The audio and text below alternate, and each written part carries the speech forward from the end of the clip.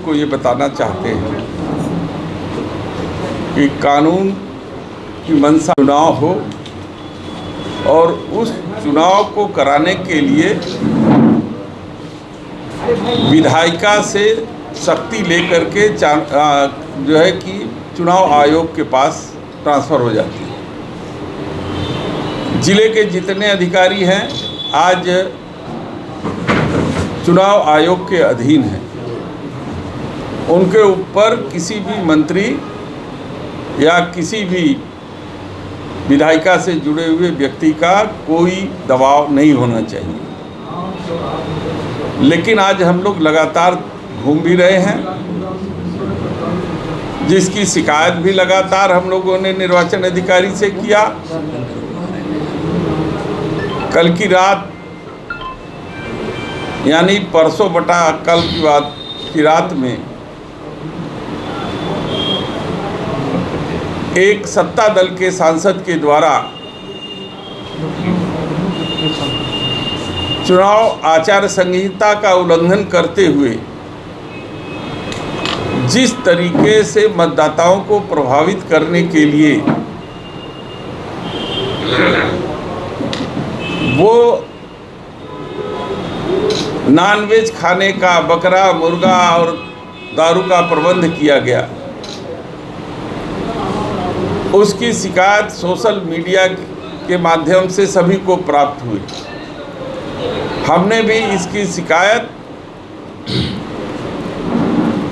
Twitter और online निर्वाचन अधिकारी को दिया, लेकिन आश्चर्य है कि जिला निर्वाचन अधिकारी इस मुद्दे पर न तो मीडिया से कोई बात करना चाहती है, न ही उन्होंने क्या कार्रवाई की इसकी सूचना देना चाहती। इसलिए मैं आपके माध्यम से उनसे अनुरोध करना चाहता हूं, मैं निवेदन करता हूं कि वो आचार संहिता के उल्लंघन में सत्ता पक्ष से जुड़े हुए उस घटना से सांसद और जो भी वरिष्ठ नेता उसमें शामिल थे उनके खिलाफ कठोर कार्रवाई किया जाए, ताकि लोगों में एक संदेश जाए कि चंदौली ये मिर्ज़ापुर के मझवा चुनाव क्षेत्र में निष्पक्ष चुनाव होगा। अधिकारियों के द्वारा हमारे जो गांव सभा से जुड़े हुए जनप्रतिनिधि हैं, चाहे वो प्रधान हो, चाहे बीडीसी के सदस्य हो, उनको होटलों में बुला करके सिटी ब्लॉक के बीडीओ के द्वारा धमकी दी जा रही है कि यदि आप किसी समाजवादी पार्टी की दल का झंडा आपके घर पर दिखेगा तो मैं आपकी जांच करवा दूंगा और आपके खिलाफ हम कार्रवाई करेंगे। आंगनबाड़ी कार्यकर्ताओं को धमकाया जा रहा है।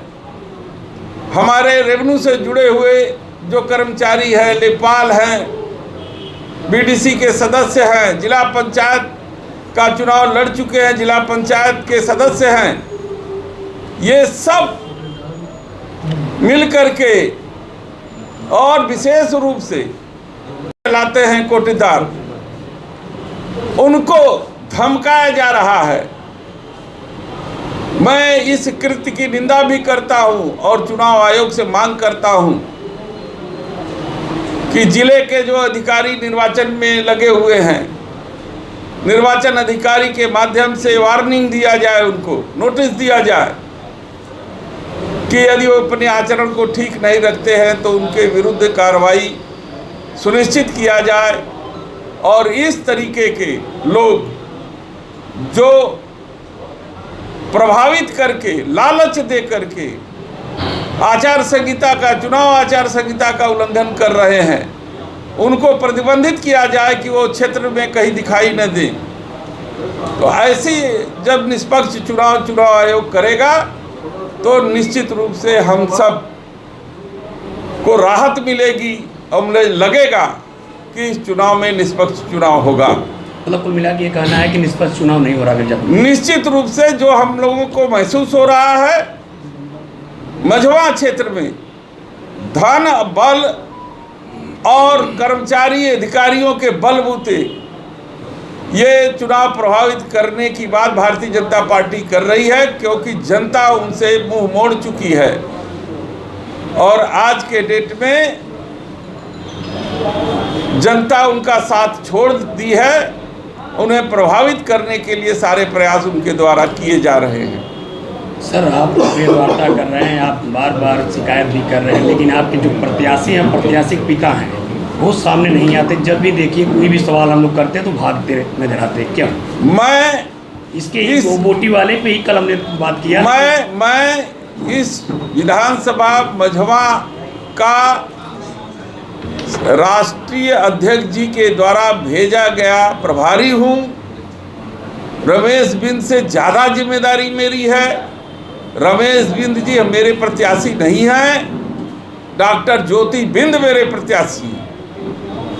मैं डॉक्टर ज्योति बिंद के लिए यहाँ आया हूँ, इसलिए जो आप सवाल कर रहे हैं वो डॉक्टर ज्योति बिंद से पूछिए, हमसे पूछिए। से भी सर पूछा गया, उन्होंने कहा पापा से बात कर लो, शीशा बंद करके निकल गई और शाम को कहीं वो आपसे क्या कहीं ये मुझे नहीं मालूम, लेकिन मैं आपके सामने खड़ा हूँ एक जिम्मेदार जो है सदस्य के नाते, एक जिम्मेदार पदाधिकारी होने के नाते।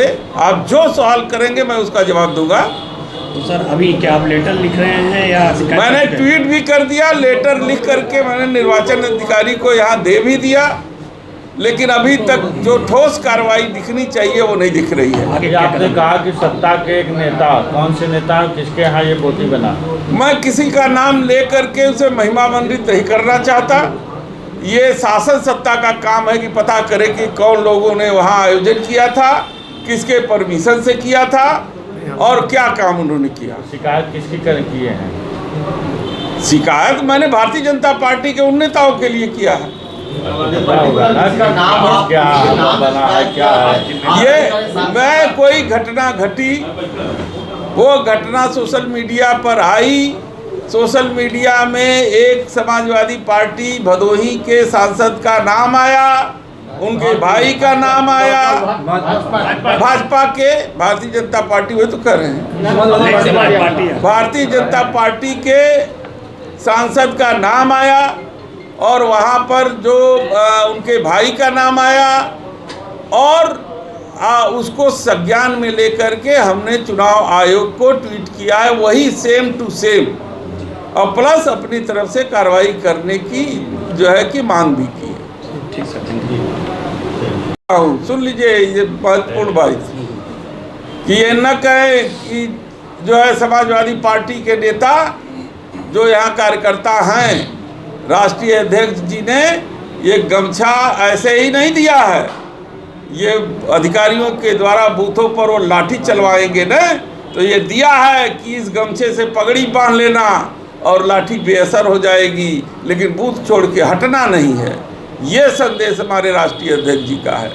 तो इस गमछे का प्रयोग हम उनसे मुकाबला करने के लिए करेंगे, इसलिए जरूरत न करें बूथों पर जबरदस्ती करने की।